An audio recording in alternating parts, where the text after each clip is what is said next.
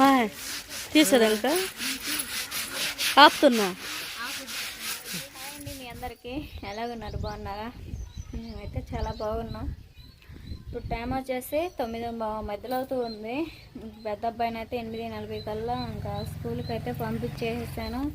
ఇంట్లో అంట్లు బట్టలు ఇంకంటే ఉన్నాయి. అదేగాక రేపు శుక్రవారం కదా, అమ్మది గ్యాంపారణ కూడిక ఉంది, 11వ రోజు.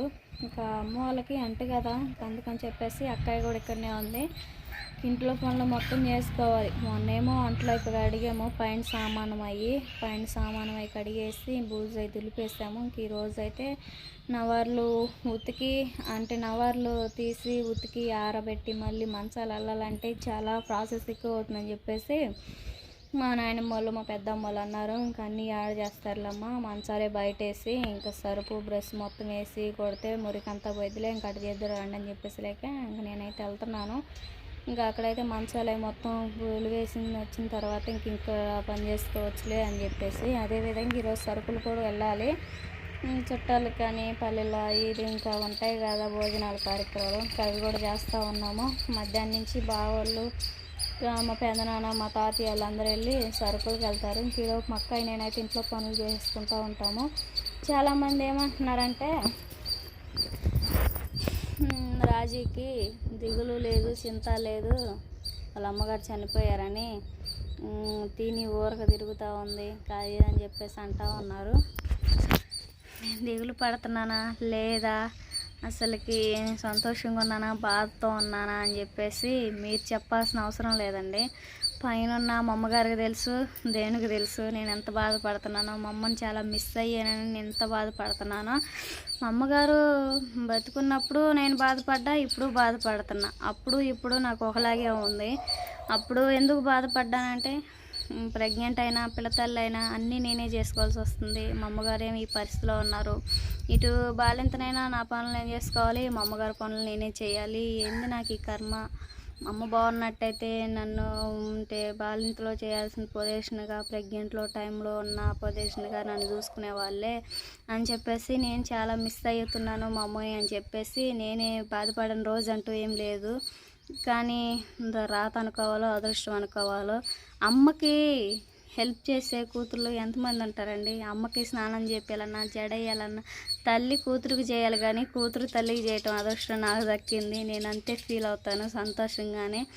ఒక్కొక్కరు ఏంది అమ్మ నీకు జడేస్తారంటే పోమే నువ్వు వేసిరేంది నేను వేసుకోలేనా అంటారు ఒక్కొక్కరు. అమ్మ బాగున్న వాళ్ళు. నాకు మా అమ్మగారు బాగలేదు కాబట్టి జడేసుకున్నాను, స్నానం చేపిస్తాను, భోజనం తినిపిస్తాను, దగ్గరుండి ప్రతిదీ చూసుకుంటున్నాను నేను దగ్గరున్నా కాబట్టి. ఒక ఊర్లోనే ఉంటూ ఎనీ టైం నేను మా అమ్మ దగ్గరనే గడుపుతూ ఉన్నా. నేను ఇప్పుడు మా అమ్మగారు లేరు, అక్కడికి వెళ్ళట్లేదు. నేను ఎంత బాధపడుతున్నానో అది నాకు తెలుసండి.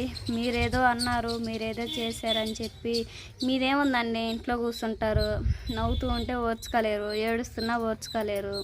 ఇంకా అట్టటోళ్ళు ఏంటంటే ఇంకా టైంపాస్కి వీడియో చూసేదాను ఇంకా నెగిటివ్ కామెంట్స్ అనేది పెడతారు. మీరు అన్నారని చెప్పేసి నేనేం ఫీల్ అవ్వట్లేదు. మా ఆయన బాధపడతా ఉన్నాడు, ఏంటి రాజు అసలుకు నువ్వు ఈ రకం బాధపడుతుంటే పెట్టే కామెంట్స్ ఈ జనమేందో నీ మీద సంతోషంగా ఉన్నా ఓర్చుకోలేకపోతున్నారు రాజీ అని చెప్పేసి మా ఆయన ఫీల్ అవుతుంటే నేను ఒకటే మాట అన్నా, బావా వాళ్ళు ఏదో అన్నారని నువ్వు బాధపడ మాకు, నేను బాధపడుతున్నానా మా అమ్మగారు చనిపోయారని ఎట్టున్నా. నేను పైన మా అమ్మకు తెలుసు, దేవునికి తెలుసు, మా అమ్మగారికి తెలిస్తే చాలు బాబా, ఒకరికి తెలియాల్సిన అవసరం లేదని చెప్పేసి నేను మెలకొని ఉన్నా. రేపు 11వ రోజు జ్ఞాపకార్థన కూడిక పెట్టుకున్నాము అమ్మకి. అమ్మ చనిపోయిందంటే మామూలుగా బతుకున్నప్పుడు ఎంత నరక వేదన పడిందో నేను చూశాను కల్లారా. నేను ఒకటే అనుకున్నా, నీ చిత్తమైతే మా అమ్మగారు మంచులో ఉండే పని లేకుండా కాలు నడకతో వచ్చేటట్టుగా తిప్పేయి ప్రాణాన్ని, నీకు ఇష్టమైతే తీసుకయ్యా, విట్ట ఉంచి నరక వేతన నా తల్లిని ఇలా చూడటం నాకు ఇష్టం లేదు.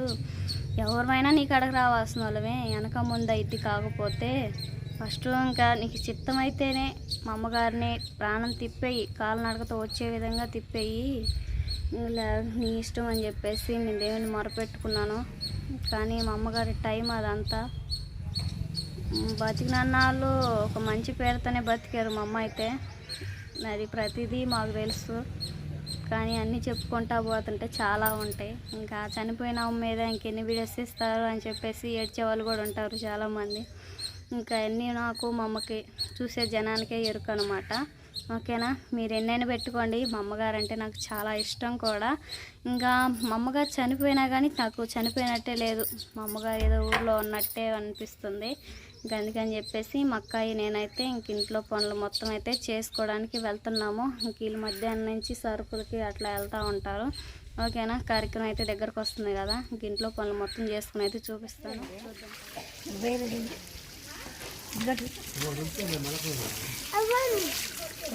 వయసు అయిపోతుంది అంటే చేస్తారులే నాన్న.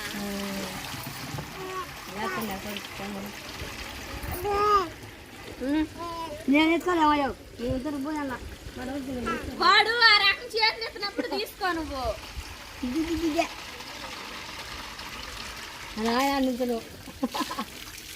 మాట రాస్తున్నానా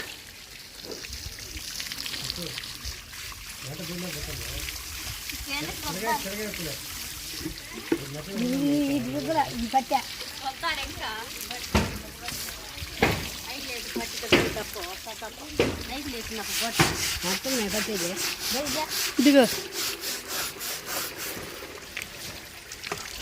దింటేసానా పైన వేసాను లిక్విడ్ ఇది.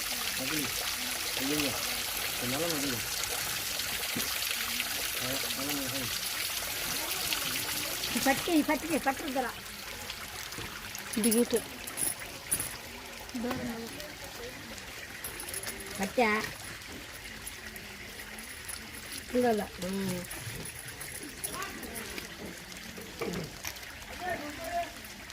మంట మారవా మంట నాలుగు కోళ్ళు ఇప్పుడు ఉండకూడదు. మూలగా చూడదు అటు కొంచెం చెప్పకుండా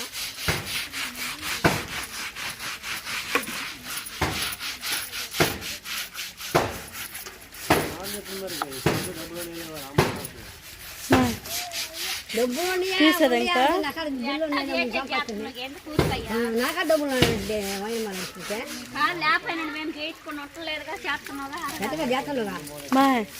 తీసారు ఇంకా ఆపుతున్నా.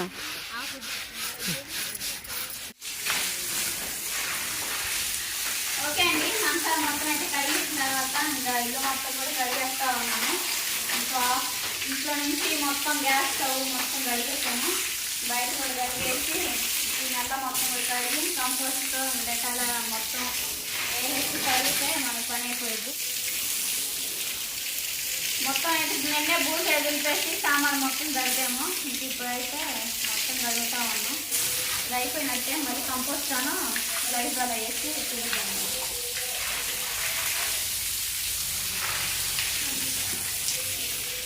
తీసారా